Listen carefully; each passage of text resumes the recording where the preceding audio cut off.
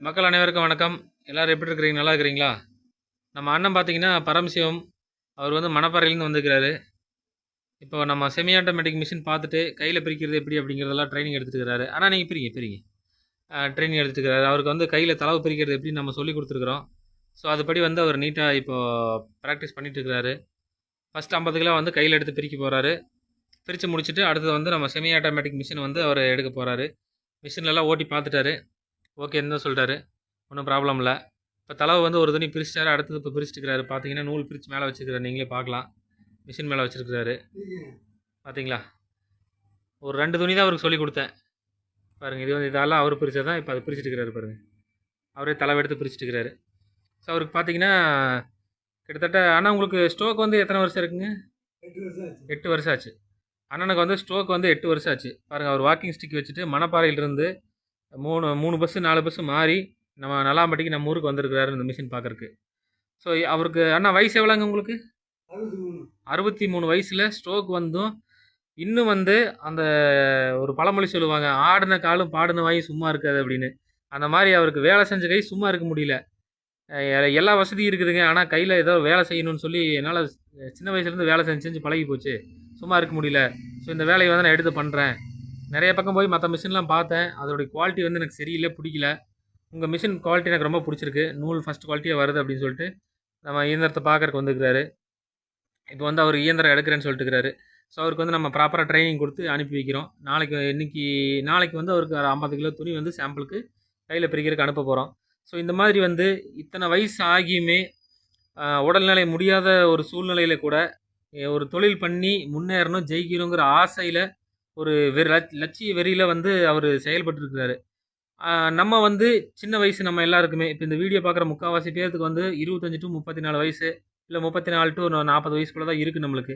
நம்ம உழைக்க வேண்டிய வயசுல உழைக்காம வந்து நம்ம ஒரு என்ன சொல்றது?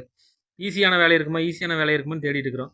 ஆனா அவருக்கு ஈஸியான வேலையே ஏதோ ஒரு வேலை. எனக்கு ஏதோ வேலை இருந்தா போதும் அப்படின்னு 100 நாள் வேலைக்கும் போயிட்டு இருக்கிறாராமா. போயிட்டு இடையில இந்த வேலையும் வந்து செய்யலாம் அப்படின்னு சொல்லிட்டு அவரு இந்த வயசுலயும் 63 வயசுலயும் இந்த உடல்நிலை ஸ்ட்ரோக் வந்து 8 வருஷம் ஆகியும் இந்த உடல்நிலைய வச்சுட்டு அவரு ஏதோ ஒரு தொழில் செஞ்சு முன்னேறணுங்கிற ஆசையில ஒரு லட்சிய வெறியில அவர் வந்து வந்திருக்கிறாரு.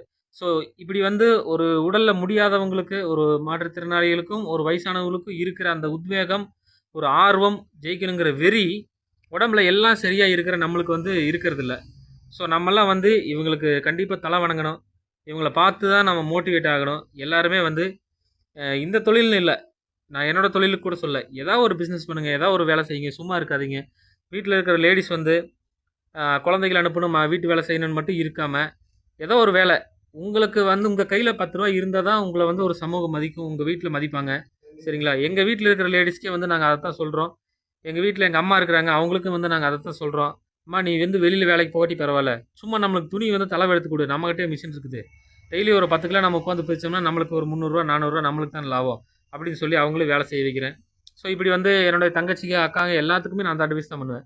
வீட்ல சும்மா இருக்காதீங்க. வீட்லயாவது அட்லீஸ்ட் ஏதோ ஒரு வேலைய செய்யுங்கன்னு ஆர்வமா இது பண்ணி மோட்டிவேஷன் பண்றேன். ஸோ அதே மோட்டிவேஷன் தான் உங்க எல்லாருக்குமே நான் குடுக்குறேன். மக்கள் எல்லாருக்குமே குடுக்குறேன். நீங்களும் வந்து இவர பார்த்து ஒரு உற்சாகப்பட்டு, ஏதோ ஒரு தொழில் பண்ணுங்க. நம்ம தொழில் தான் பண்ணணும்னு இல்ல. வேற எங்கேயாவது நாங்க அலைஞ்சு திரிஞ்செல்லாம் பண்ண முடியாது அப்படிங்கும்போது, நம்ம தொழில் நம்ம வந்து உங்களுக்கு சப்போர்ட் பண்ணி குடுக்குறோம். மிஷினும் வந்து ஒரு மிஷின் ரூ. 40,000 குடுக்குறோம். ரா மெட்டீரியல்ஸ் 1 கிலோ ரூ. 53 குடுக்குறோம். நீங்க பிரிச்ச நூல திரும்ப ரூ. 88 வாங்கிக்கிறோம்.